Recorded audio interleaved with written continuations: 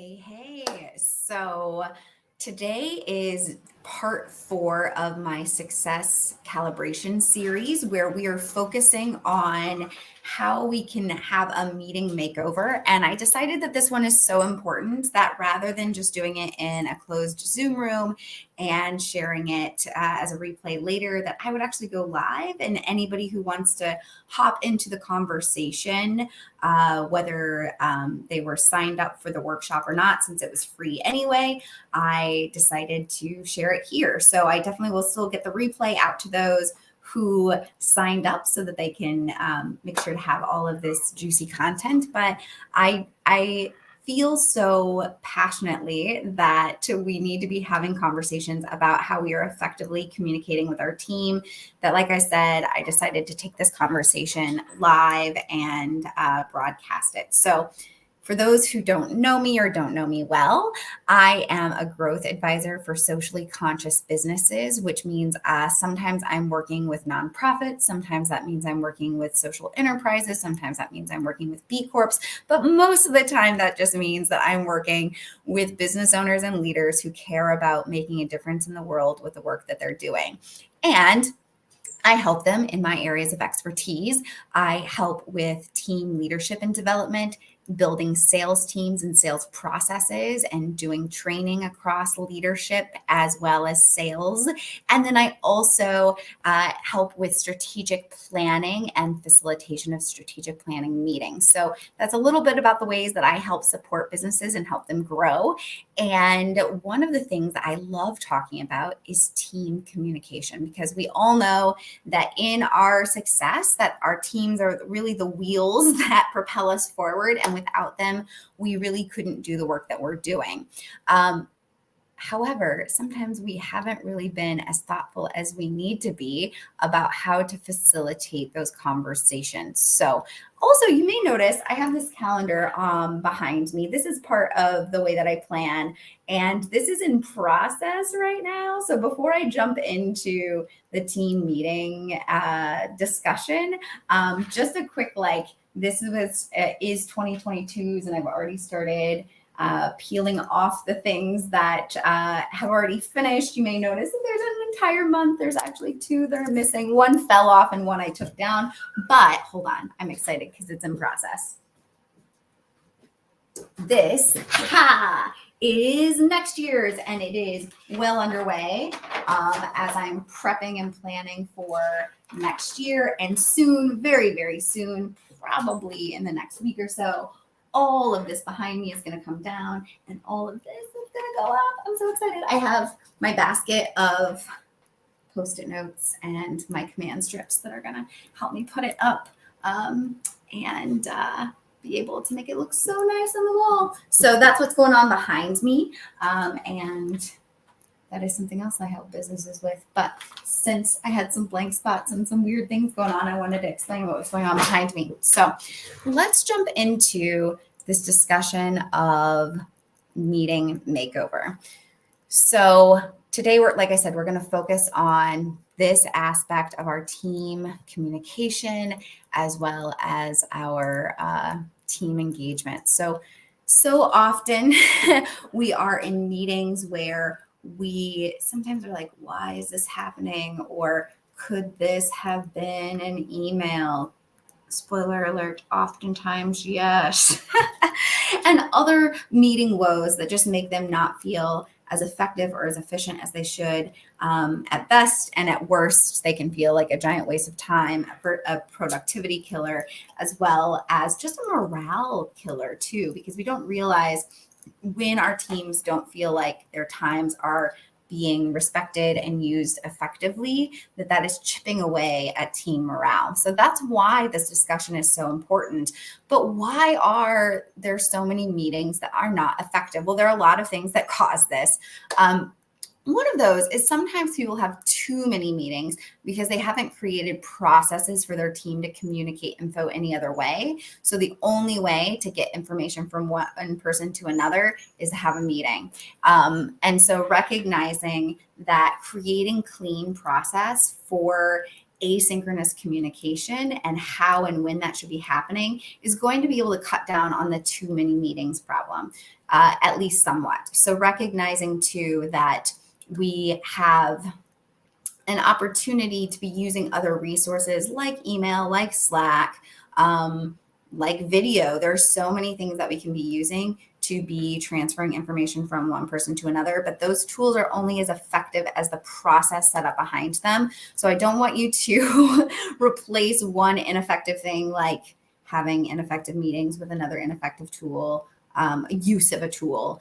So really making sure that you're being thoughtful about the process. And that's another reason why so many meetings are not as effective, because they haven't created an effective process for those meetings. And so the time is not being used well. They're not necessarily being prepped correctly or as efficiently as they could. Maybe the follow-up isn't as efficient, maybe the time during the meeting, or maybe all of the above.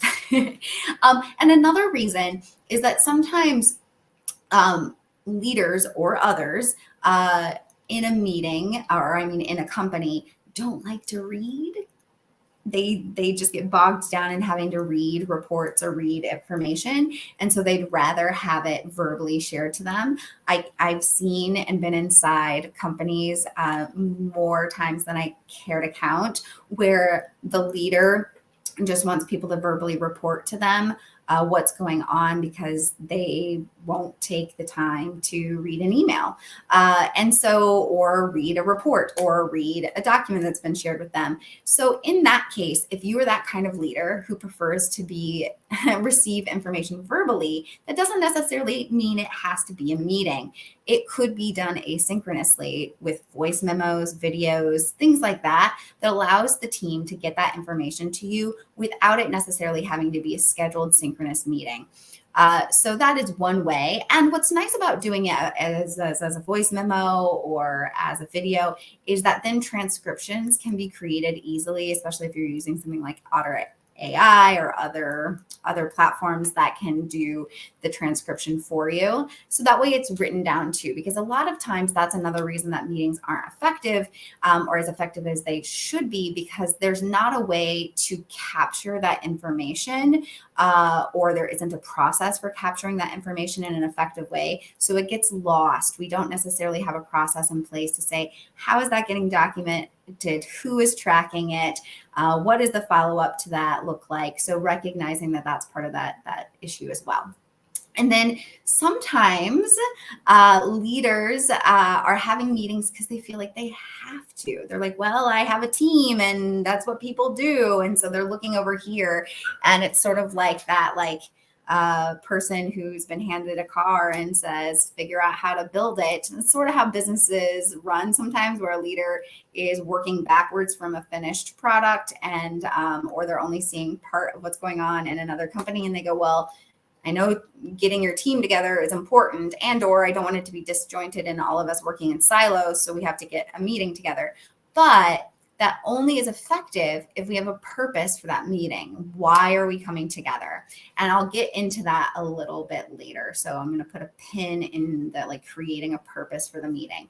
And then the other part of it is not considering the reason, another reason that meetings are not as effective or efficient as they should be is not considering who should be there, which again, we'll get into that as we're defining what the meeting parameters are, or considering the type of meeting participant who is there, because businesses all need different types of people and different types of brains to be able to effectively work or efficiently work. And that's what's beautiful about having teams. But that's also what can create friction and problems within teams, because they haven't necessarily taken into consideration the different types of leaders that they have in a room. And so recognizing that what can happen is there are some people that kind of two big buckets of people. And I understand that defining people by any general broad strokes like this is limiting and reductive, but go with me for the sake of this conversation. Most companies have big picture thinkers. They like to have that zoomed out, 30,000 foot view. That's me. I feel the most comfortable and confident when I can be grounded and be able to see the whole big picture at once. However, the other type of people, the zoomed in, or what I like to call the tree people, the people who are very good at being in the forest and seeing all the trees and all of the things that need to be happening, those are your practical day-to-day people. They're uncomfortable. They don't like being in the helicopter, and sometimes they don't always see the value of it. And inversely, whatever, opposite. Leaders who have not gotten comfortable with adjusting that lens, that zoom in and out from the helicopter to the tree view, can get quite overwhelmed getting into the trees, getting into the details. And so that's not their happy place. That's not their comfortable spot. Luckily, I feel very fortunate that I have the skill set to zoom in and out. I also still recognize that I have a more comfortable spot, but I know how and am skilled at zooming into the details. And so recognizing that you need to be serving both types of people in your business as a leader, and recognizing that sometimes those people have to be in rooms together, and one group is going to be uncomfortable when the other group is comfortable. But when you can speak to that and say, this is a big picture conversation, and I promise that we're going to get into the details of the practical day to day, but in order to do that, we've got to spend some time on the big picture, right? And inversely, we're going to get into the details, we're going to get into the minutia, because that is how this work is going to get done. But let's not lose sight of how this is affecting the big picture. Those who are over here getting uncomfortable about thinking 15 steps ahead, that's beautiful. And we need those type of thinkers in the room, but how are we getting them to work together, right? So those are some of the reasons why meetings are not as effective as they could be. And I'm sure that there is a laundry list of things that I have not included, but for time's sake, those are the ones I'm going to touch on today. The last one I'm going to add to that list is how the meetings are being facilitated. So often as leaders, we, especially of small businesses, we're wearing so many hats that we are the ones that are creating the agendas. We are the ones leading the meetings, driving that meeting forward. And often sometimes the ones having to take notes during that meeting, and or no notes are being taken because we would also be the note taker, but it's fairly impossible to be the note taker and the leader of a meeting. So recognizing that because leaders are often wearing so many hats, or because the purpose of the meeting and the structure of the meeting hasn't been clearly defined, it makes it difficult for those pieces to be in place. And often leaders don't get to participate in the meeting because they're the ones having to lead and drive it. That's part of the reason that having somebody like me as an outside facilitator come into some of these types of meetings, especially strategic planning, big picture kind of meetings, that allows the leaders the space to participate in their own meetings rather than having to drive them. So they actually get to contribute and be a part of the team in ways that when you're having to drive the meeting, you just don't get to participate. It also gives time for the whole team to work on the business in a way that aligns the team with goals and vision. And having an outside facilitator also allows for there to be continual intervals of someone coming in and keeping a pulse on the big picture and helping people connect. So there are a lot of other reasons to have a facilitator, but those are some of the things that affect the effectiveness of a meeting, as well as why sometimes having an outside facilitator can be really important. So if these are all of the things that are causing the meetings to be ineffective, what I want to do is give you some tools to make them more effective. So the first thing is define the purpose of a meeting. So often people don't even know why they're in the meeting. What's the purpose? What's the outcome? What's the goal of this meeting, right? So then we have unclear, and muddy, kind of fuzzy objectives. And so we don't know if we're supposed to be staying high level, or we're supposed to be getting into the weeds. We don't know if it's decisions or discussions. We don't know. And so we kind of hodgepodge all of it. And it's sort of like throwing spaghetti at the wall and seeing what sticks, right? It's that approach to meetings. And that is part of the reason that meetings can be really ineffective. So define the purpose of the meeting. and figure out what types of meetings do you need to be having. Most of the time, meetings are happening for about 6 or 7 different reasons within a company. Status updates, and not all of these are equally important in terms of it being in a meeting, so we'll get into that in a minute. But the real kind of like 7 main reasons that we see meetings happening inside companies is status updates, reporting out, decision making, info sharing and or training, problem solving, and then creation or design. I put like strategic planning into that bucket because we are creating, we are innovating, we're like, yeah, that is where the ideas are being formulated and brainstormed. So design and innovation, which is where I would label strategic planning, and then team building, trust, rapport, relationships, and then accountability. Those tend to be the main reasons why people have meetings, but those often get muddied and put all together. So decide what type of meeting is it. Now, before we get into that, I would say the 2 that can easily be pulled out of being a synchronous meeting can be status updates or lengthy status updates. There's still room and purpose for status updates in some meetings, but like being really intentional and efficient with that time. Status updates and accountability. How many of us have been like, oh no, I'm having that meeting, I got to get this done. And so it forces some of that work to get done before the meeting because we have sort of that micro deadline. We don't want to show up to the meeting empty-handed. So recognizing that sometimes meetings serve as accountability. How do we create some of that accountability and checkpoints without it necessarily being a meeting? Or if it is, can it be done in a quick stand-up meeting as opposed to a long, lengthy meeting, right?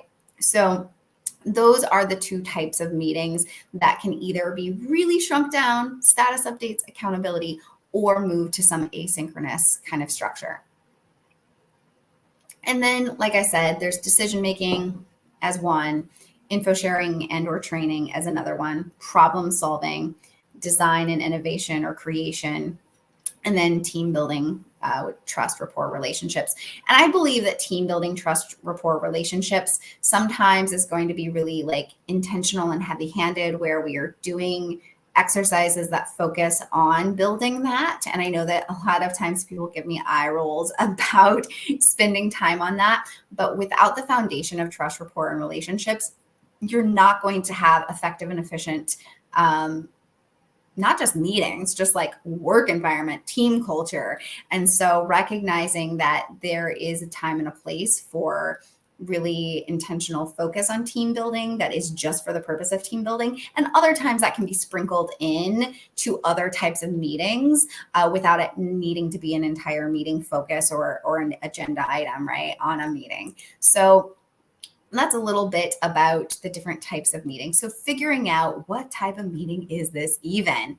And then start from there. Okay, is this a decision-making meeting? And is it because we're needing decisions from the leader? Is it a project management type of decision making? So we're coming together because our work affects one another and we're needing information, or not just like reporting out, but like I need to know XYZ from you, which affects this work over here. So it's like causal reporting, I suppose, like a causation. And then if thens, and then, or is it problem solving? Are we coming together to tackle some red flags that have come up, or red alerts? Is it that we have dedicated time just to be working on long-term problems that we're trying to, or issues that we're trying to address within the business? Is it a planning type of meeting? Is it growth and development? Growth and development can be like training, or it could be one-on-one reviews, but deciding what type of meeting. And then as you are defining the purpose of the meeting, that's the why. Why are we even here? If you cannot answer the why are we even here, maybe hold off on having that meeting. And then once you figure out why, then and only then should you be determining who should be at that meeting and whose input may be valuable, but could be done asynchronously. Is it that you need the team leader to have a meeting with maybe some project point heads, or maybe it's somebody gathering some information from different people on their team and bringing it to a C-suite leadership meeting, right? So who needs to be involved both asynchronously and synchronously for the purpose of this meeting? And then what is the meeting? And that's a little bit about like, this is the who, what, when, where, why, and how. So using that, what is the meeting about? So not just the why, but what is the topic? What is the focus? When is the meeting happening? Is it going to be a static time? I will tell you, so often I see organizations wasting time scheduling and rescheduling meetings, and trying to schedule them week to week as opposed to having a standing time. I believe that it is way more efficient if there are certain types of meetings that need to happen at regular intervals. It doesn't even have to be regular intervals. Maybe it's quarterly, maybe it's annually, maybe whatever, every other month. And some are every day or every week. But what are those intervals, and can they be at a static time? And that doesn't mean that they can never be rescheduled. It doesn't mean that people can't have a conflict and request for a meeting to be rescheduled, but it means that we're doing our best to hold that time, and we're not wasting time every interval trying to figure out when is the next meeting.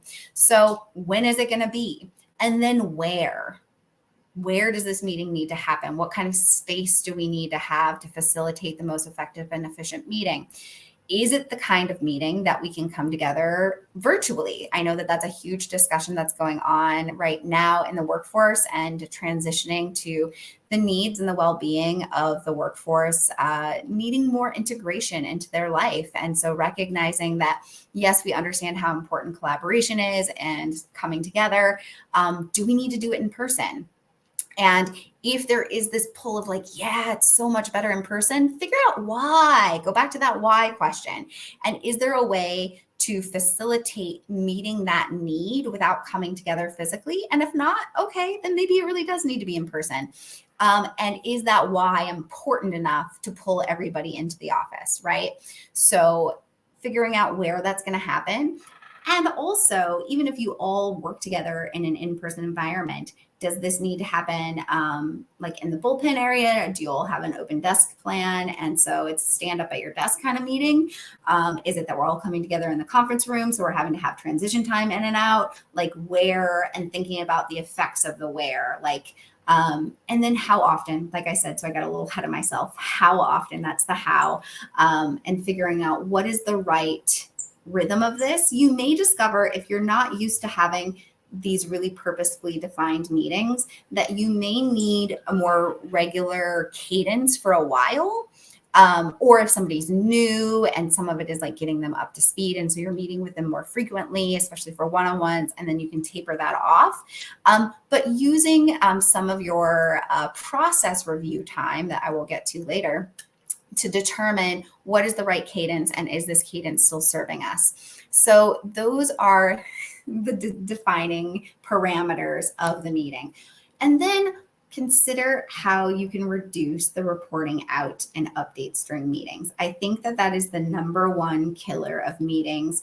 And that, could this have been an email, right? So recognizing that if there's reporting out happening during a meeting, that it needs to be really efficient and purposeful, and serve the meeting in a really intentional way. Now, that doesn't mean that reporting out doesn't need to happen to serve the meeting. Maybe it just doesn't happen in the meeting. And what I mean by that is having a process for preparing for that meeting to reduce some of the wasted time and energy that happens in the reporting out that we need to know in order to have the important discussions in the meeting. And one way that I do that, I'm going to share my screen to walk you through how is it that you can be efficient with time, is this is like just using Google Doc as a agenda structure. And I use agendas as both a place to share information about the meeting, as well as be the place where we're taking the notes, so that we're not having an agenda over here and note taking over here. It's that it's all happening in one place. And ideally, I want this to be streamlined into some project management software. Right now, mine isn't because I'm in flux, but one of the things I'm working on right now is building this into ClickUp, where this can be dynamic and things that are happening inside the agenda are actually affecting action items and keeping things accountable within a project management software. But even if you don't have that, you can use something real simple like a Google Doc. You'll see that I have a template here. We have the day, the start and end time, who we're expecting to be at that meeting. If it's a large meeting and we know that we're going to expect certain people to be absent because they have a conflict or whatever, but we've decided to have the meeting without them, and then who was actually in attendance. So this is filled out before the meeting even starts. And then we have our updates. So this is what I'm talking about preparing effectively for a meeting. Recognizing that meetings take prep work. And if you're not prepping for them, they're probably being not as effective as they should be for those who are attending. So having some kind of process that a certain number of hours or days before the meeting that updates are due. You will see now my template only has 2 spots, but ideally the template's going to have a lot of spots, right? And people can put their updates right into the agenda. And again, this is super simple. Like, there are ways that you can get slicker with this, whatever, but this at least gives you a simple template and include initials. And so I might say, I sent out the proposal to ABC prospect, and then I'm going to put my initials. And we don't need to talk about it during the meeting. I just want the team to know that I did it and I initialed it. Now, we're not going to have a discussion about it unless somebody has a question. So this is also about, like, how effective is your update? Is it clear? Is it specific enough that you can avoid a discussion and avoid a bunch of questions? And then accountability is that another piece of this is having a due date or due time, read and add questions however many hours before the meeting. So this says, maybe these are due 24 hours before. These are due, 2 hours before. And then before the meeting, everyone is checking the question or the updates that they added to see if anybody did have questions, right? And if you don't have questions, you're still responsible for initialing. So there's accountability that you read. Now, of course, I don't need to initial my own, but let's pretend I'm someone else, whatever. I put these initials in, right?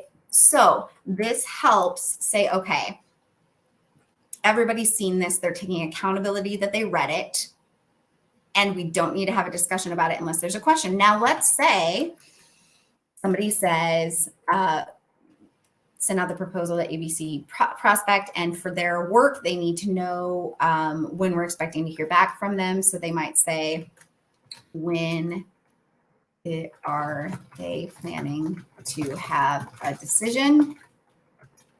Again, this might be a simple enough question that we, again, don't need to have a synchronous discussion about it, but I can go in here and comment on their note and say, by Monday, right? Cool, boom. Now, all of that's super quick, and that's what checking for questions. That way I can be prepared, or I can just knock out those questions beforehand. But that means that you have to have time set aside in your schedule to be putting in your updates, reading and adding questions that you might have about other people's updates, and then also checking. And all of that is happening before the scheduled meeting. Now, it doesn't have to get crazy and intense. Now, but recognizing that there is this structure that you can use to cut down. Now, sometimes things might be too complicated to explain in a simple little, like, 1-sentence thing here or a little paragraph here. And so maybe I want to make a little video of myself, like, explaining a report or walking somebody through a spreadsheet. whatever the case might be, or I might want them to be able to see the proposal and I might add a link here, but there are ways that you can still use this structure even if the update is a little more complicated. Now you'll notice that this is questions where I know that I have a question for another person. I can drop that in here. And again, I would say updates and questions are due rather than just updates. So what are the questions that we have? And preemptive response, again, we may be able to save ourselves a ton of time in the meeting if we can just knock out those questions asynchronously here. And again, you may want to have a process that is in your project management structure, that it doesn't need to happen in an agenda like this. But if you have no process, you can use this one. And then here is our current meeting agenda. This is where we actually know that discussions need to happen to move projects along, to make decisions, to collaborate, to solve issues, whatever it is. What is the agenda item? And then this is really where some of the notes get taken. And what are the action items needed and tasks, and then who's accountable or who has the information and when is it due. So we're capturing all of that during the meeting, and this is where our notes are going. And then things for our next agenda. Sometimes people get really in the weeds about things that they shouldn't be talking about, that should be saved for next time, or we know that it's not going to be discussed now, but we want to see that it's coming up, so it's going here. And then also having access to the previous meeting's agenda. Again, there are project management software tools that you can use that may not make this necessary, but being able to easily go back and say, what did we talk about last meeting? So things aren't getting lost in weeks and months ago of agendas, and people not knowing how and when to find those things. And this is, and then there's also a projects for someday discussion and future projects document. And that's what this is, where we are sometimes going to have brilliant ideas that need to be tabled or put in a parking lot to discuss later. So we can dump that here. Project, next step. Are we going to discuss it? Are we going to start it? Are we researching it? What's going on? Who's accountable to that? And then why is this project important? Does it save money? Does it save time? Does it make money? Does it improve services and client experience? And when is it due, or when are we scheduling to revisit it? So being able to have a place that you don't lose track of these things and they don't get lost in the ephemeral nature of meetings. I also heard my phone go off, and I'm going to check. Okay, we're okay. I just have my compost company coming to pick up my bucket, and they will be here soon. So I was making sure that it wasn't them, but I'm going to stop sharing so that we can get a little bit more into what else I wanted to chat with you about today. But being able to have some kind of way to reduce reporting out and saving time during your synchronous meetings. Now you might think, oh my gosh, Cassandra, that's so much to have questions and updates due in an agenda, and then people have to read them, and then people have to respond to them all before the meeting. You may figure out a way that you want to pull that out of the meeting structure. However, something that may serve you as you might be transitioning to this model is at least having the updates and information go into the agenda, a few hours before. That way people are, taking the time to think and prep for that meeting. And then if you're like, we don't really have time, especially when you're getting used to transitioning to this model and you're building new habits, maybe you didn't have time to read the updates before the meeting. Okay, then it's still probably more efficient and effective to take the first 5 or 10 minutes of the meeting and let people just read and respond in sort of a co-working session to those things that don't need to have detailed discussions. And that way that work is being done, we're coming together, we're answering each other's questions, and we can just take the first 5 or 10 minutes of the meeting to read those updates, read those questions, and respond. So that is that part of it. Let's see, what else did I want to share with you? I also want you to think about reducing getting in the weeds during meetings. when that is not the purpose of the meeting. So getting in the habit of tabling discussions, even if they're really great. And I will tell you that my team can probably call me out on this. There have been plenty of times I get real excited about a juicy conversation and we get too in the weeds. And so recognizing to have permission within the team to say, I think we've gotten too deep. Let's table this, or should we table this?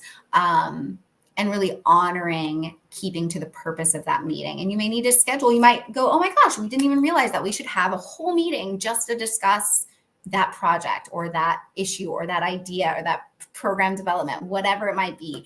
But really setting that time aside for that. Another way that I thinking about reducing. So we're reducing reporting out, we're reducing getting in the weeds during meetings, and then reducing bringing everybody together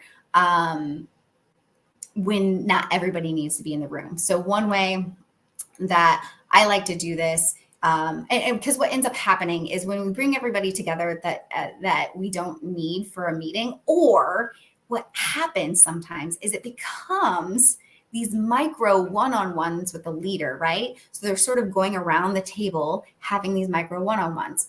Totally fine to have micro one-on-ones with a leader, but not everybody needs to sit in that meeting while you do it.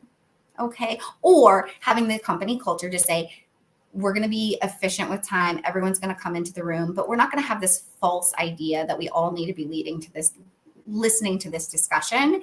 It's that we can tune out until it's our time for our micro one-on-one. But I do recommend thinking about how can a leader be stationary, whether it's virtual. I have, my Zoom room open and people are coming and chatting with me and popping in for their little micro check-ins, or it's physically at the office. I'm sitting at my desk in my office or in the conference room or whatever, and people know what the schedule is and they know this person's first and then this next person's on deck, so that we're just not eating up a bunch of people's time when we don't need to. And then considering when is this meeting happening? Not just for scheduling, but how is this interrupting the workflow for the day, right? Some people on teams need a lot of deep work time, right? And to you as the leader who is having to bounce from thing to thing to thing all the time, you are maybe not in the deep work mindset or don't need a lot of deep work time because of the nature of how you're leading. But recognizing that having a middle of the day, you're like, oh, it's just like a 15-minute check-in, or it's just a 30-minute team huddle, right? But when somebody who is needing 4 hours of deep work gets interrupted, you have now derailed their entire day because of that midday check-in. And maybe that same person would be much happier to attend that meeting if that happened on a different day, because they have a day for all those kinds of meetings, or happens at the beginning of the day so they get that knocked out and then they have their deep work time, whatever the case may be. But considering what your team needs for their time, not just what you need. So that is another thing as you are really kind of fleshing out and creating the parameters of your meeting makeover. And also play with the length of the time of meetings. So I think that we get really stuck on this idea of 30 minutes or 60 minutes for meetings. Maybe we don't need that long. Could we do it in 15? I don't know. Let's try.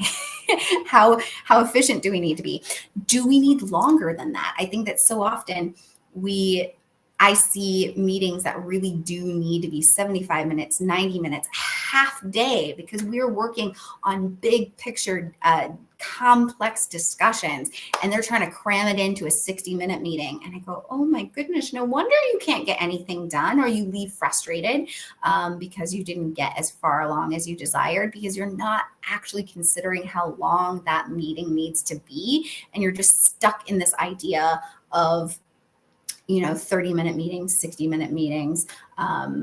So play around with it and be playful. We can say we're being open to the length of the meeting. This week, let's see if we can do it in 15 and plan for that. Don't just wing it.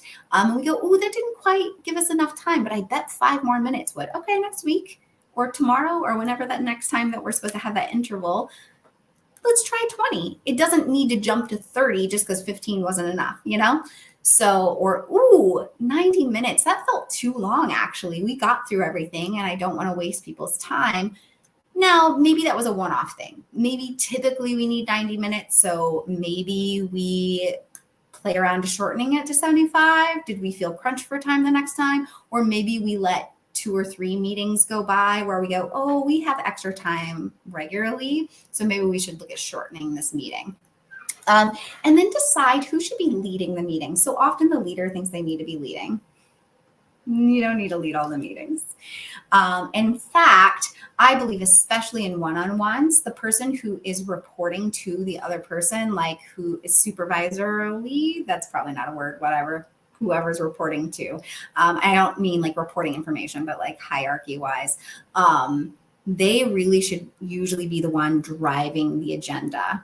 So, for example, when I meet with my executive assistant weekly, she drives the first part of our 90-minute meeting because she often needs information and decisions from me.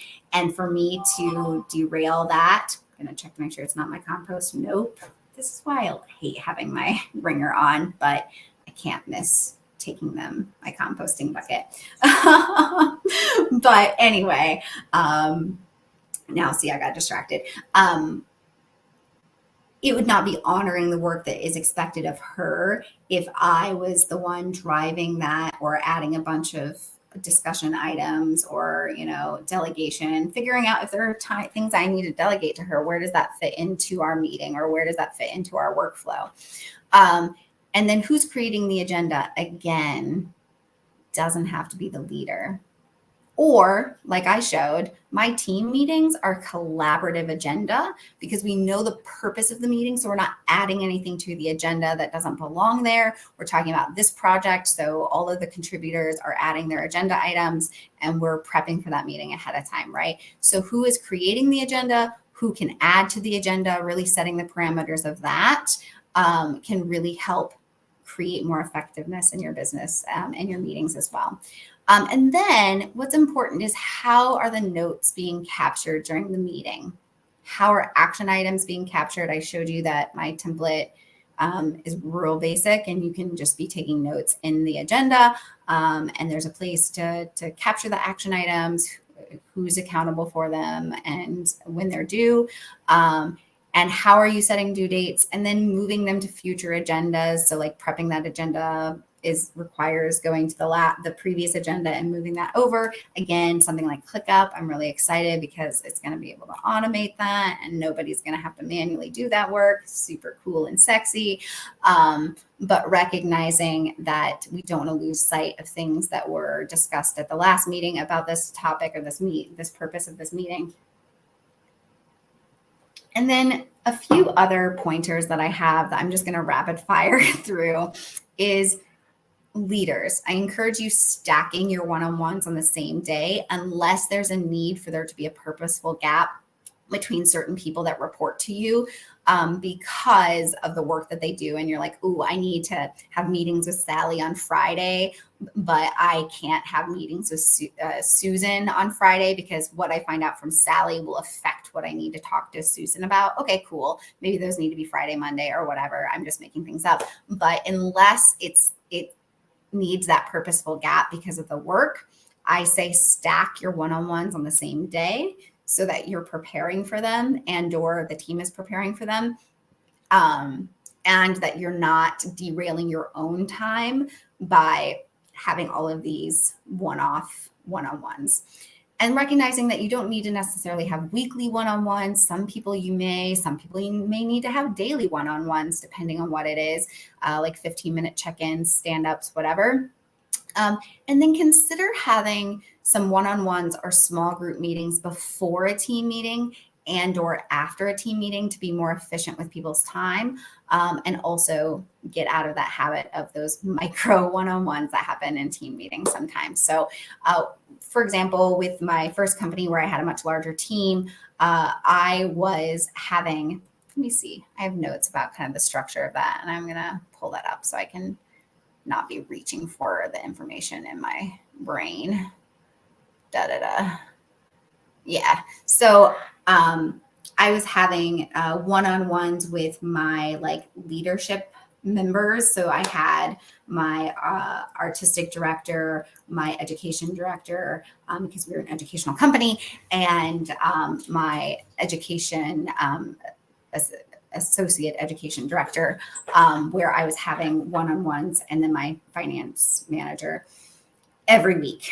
And then every other week, we were having a leadership meeting with the team. And then once a month, we were having an all hands meeting with everybody in the company. And recognizing that just because you're meeting with the same people doesn't mean that the purpose of those meetings need to stay the same. For example, once every other, nope, I got a little mixed up. My leadership meetings that were the one-on-ones that were happening every week, once a month, the purpose of those meetings were to review what had happened the whole month and do an evaluation of that and set goals for the next month for them, right? So recognizing that I had a once a month interval of goal setting with them, and that the other meetings were about, having my ear to make decisions, things like that. Same thing with the team all hands meeting. We were doing that once a month, and once a quarter, it was about goal setting and evaluation. And actually, I wasn't doing them quarterly because of the season structure of our company. We were doing those 3 times a year to match our seasons as opposed to 4 times a year. And then considering where skip levels happen, because I did skip levels with my team twice a season. So that meant that anybody who wasn't directly reporting to me on a regular basis, I would have a skip level meeting where they wouldn't meet with their immediate supervisor, but they would meet with me instead. And recognizing that being plugged into the top leader in that way can help address issues that sometimes can get disjointed. So those are sort of like this flow I did when I was managing a large team. Now within my coaching and consulting business, I have a much smaller team, so I don't have the need for all of that kind of structure. So now what I do is I have 2 meetings a week. One is a team meeting when it needs to be, and I'm pulling everybody together for some important discussion. But most of the time, that's a one-on-one with my executive assistant, and then the other is always a one-on-one with her. So that is about thinking about, I'm wearing a lot of different hats as the leader in that business, right? And what are the different buckets that I really need to have my attention on and have help from my team on, right? So instead of thinking about the purpose of the meeting being about, well, I mean, it is about, I guess it is still about the purpose. I guess it's just a little bit different when the team is so small. So when I have a small team, what I'm doing is thinking about, okay, what kind of cadence do I need for the different kind of like buckets? I may be working on these things on my own, but having a meeting to have whatever support it is that I need around this. So for example, right now I have 4 main buckets that I am focusing on in terms of the purpose of my meeting once a week with my executive assistant. And that meeting's actually set up to be 2.5 hours. And before you freak out and go, oh my gosh, why would anybody have a 2.5 hour meeting? It's because I've broken that up into separate purposes. So it's actually like 3 purposes in one. The first 15 minutes is so that my executive assistant has my attention for answering questions and making decisions. And so she always knows that she really has 2 times a week to do that. And that longer meeting, we have a 15 minutes set for that. Then we have an hour to 90 minutes to be working on problem solving, planning, decision making around different topics. So once a month, she and I are looking at all of the financial pieces of my business. Once a month, we're looking at the marketing and lead generation pieces of my business. Once a month, we're looking at the client success and like an operational meeting. And that's sometimes when I'm bringing in some of our other team members as needed.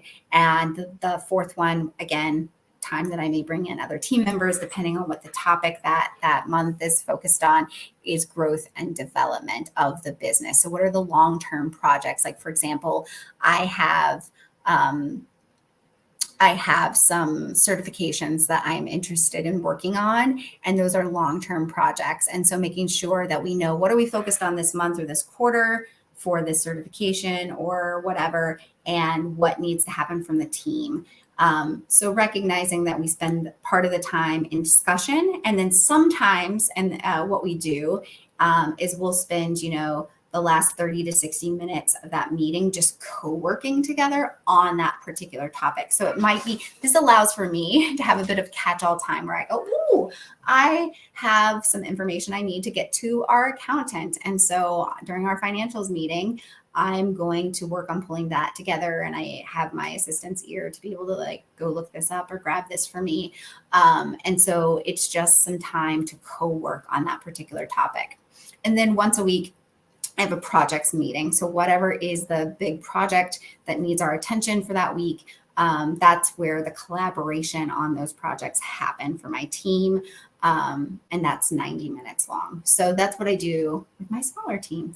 So that's a little bit of some ways that you can structure and think about how am I putting together these different meetings. So even though I'm meeting with the same people, we know, okay, the first Friday of the month is this kind of meeting. The second Friday of the month is this kind of meeting. So we have the standing times, and it stays the same time.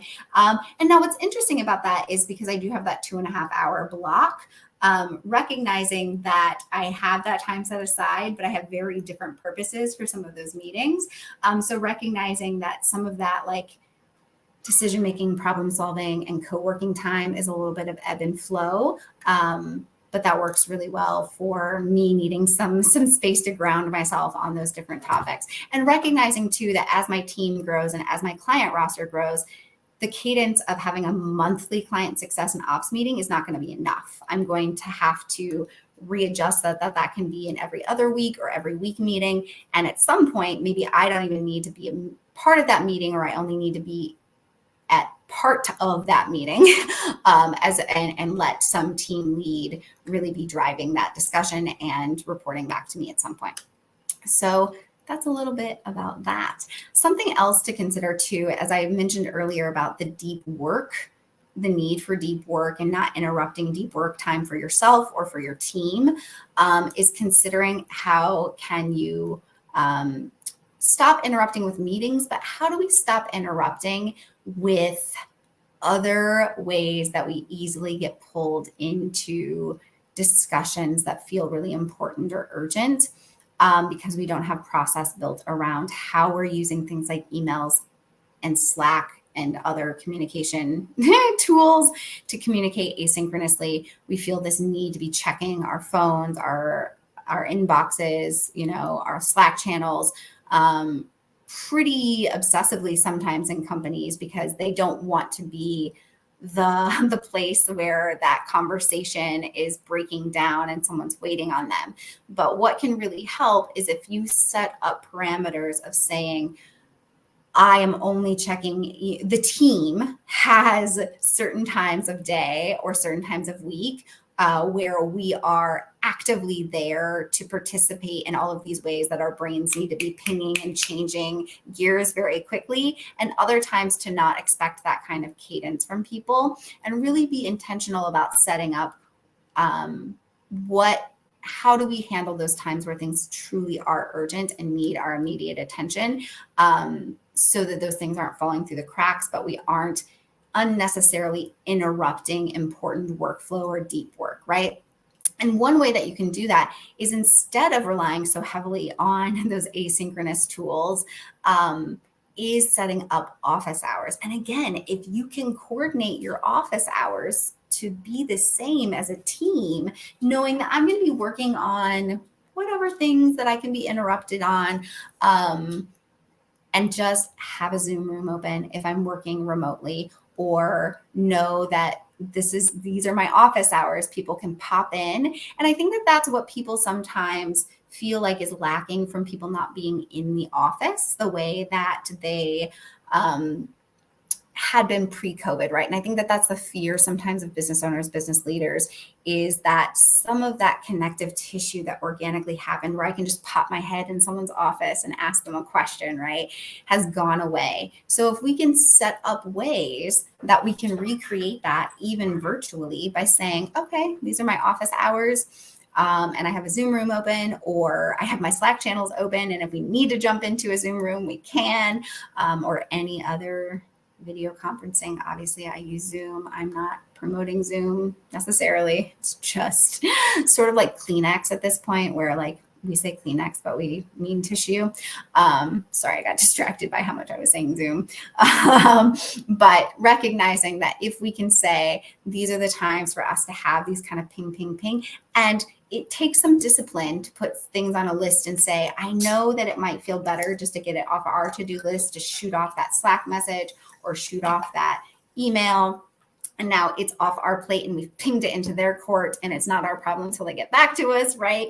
But if we can collectively just keep a list of those things, like, okay, I need to talk to Susan about this. I need to talk to Jennifer about this. And keeping ourselves organized and then going and discussing those things with them during office hours. And or maybe it doesn't need a discussion, but that's when I drop the note into the Slack because I know that they are having office hours. That can help with some of those communication process breakdowns as well. So yeah, I think that covered most of the ground I wanted to cover today. I think that as you are thinking about some of those asynchronous ways to communicate, thinking about, are there ways to incorporate like beginning of day or end of day reports, whether that's dropping something quickly into a Slack channel for some of that accountability and visibility, or can you do daily stand-ups or quick pulses, as I like to call them, where you're just doing a quick report out of like, what did you work on yesterday? What is your priority or are your priorities for today? And what issues are blocking you? And recognizing that that's just an opportunity for everyone to get together on a team or in a department and just have a little bit of like face-to-face time, even if it's virtual, but recognizing that if you are doing those kind of daily stand-ups, that's not where those issues get solved. That is where the issues get collected and then coordinated to get solved outside of that meeting. And that it can turn into being pretty stale and robotic if you are not careful about daily stand-ups where we're just reporting out, this is what I did, this is what I'm working on. So being really intentional about what is the purpose of this, why are we sharing this with one another, and what is the most important information that the team needs. So just thinking about how those can serve teams as you are managing your meetings as well. So I think that covers all of the ground that I wanted to cover today in my meeting makeover lesson, as we are solving for, could this have been an email and other meeting woes? So if you have questions about what I shared today and you would like to ask me, feel free to drop that in the comments and or send me a DM. Happy to help support you as you're thinking through how you can improve the effectiveness and efficiency of your meetings and thus your team engagement and team effectiveness. Feel free to share that with me.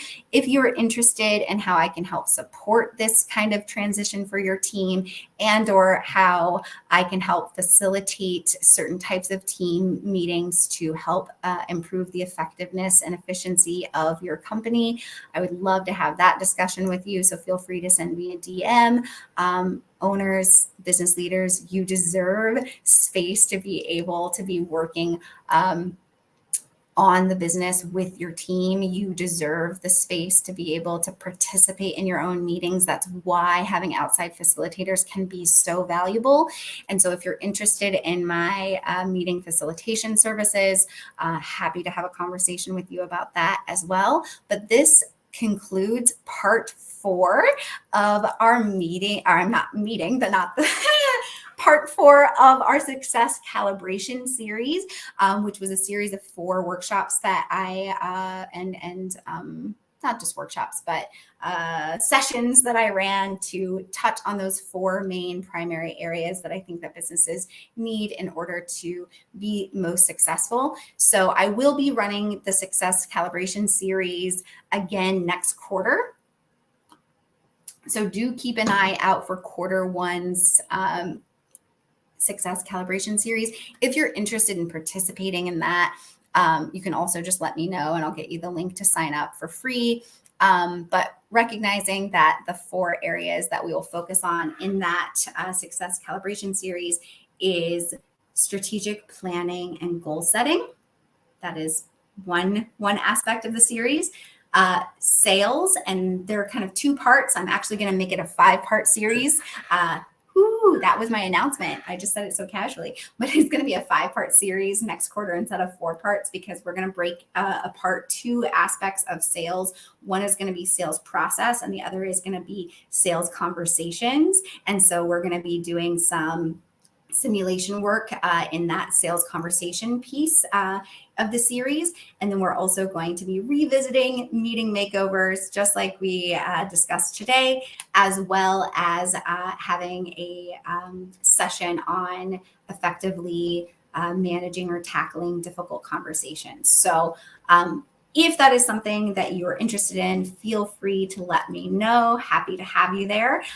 If you just know that those are areas in your business that you would like support, let me know. We can have a discussion about how I support businesses in all of those buckets, because I want you to be set up for the most success. So often I think that business owners are solving for issues in silos, and they're not thinking about how are all of these things integrated, how are they all working together within your business. And so they are not necessarily being as effective as we could be solving for some of these big picture issues that come up in our business. So thank you so much. It was an exciting pleasure to hop on here and offer this discussion about meeting makeovers and how we can be helping our team communication and engagement. And I look forward to chatting with all of you later. Have a beautiful rest of your day. Bye.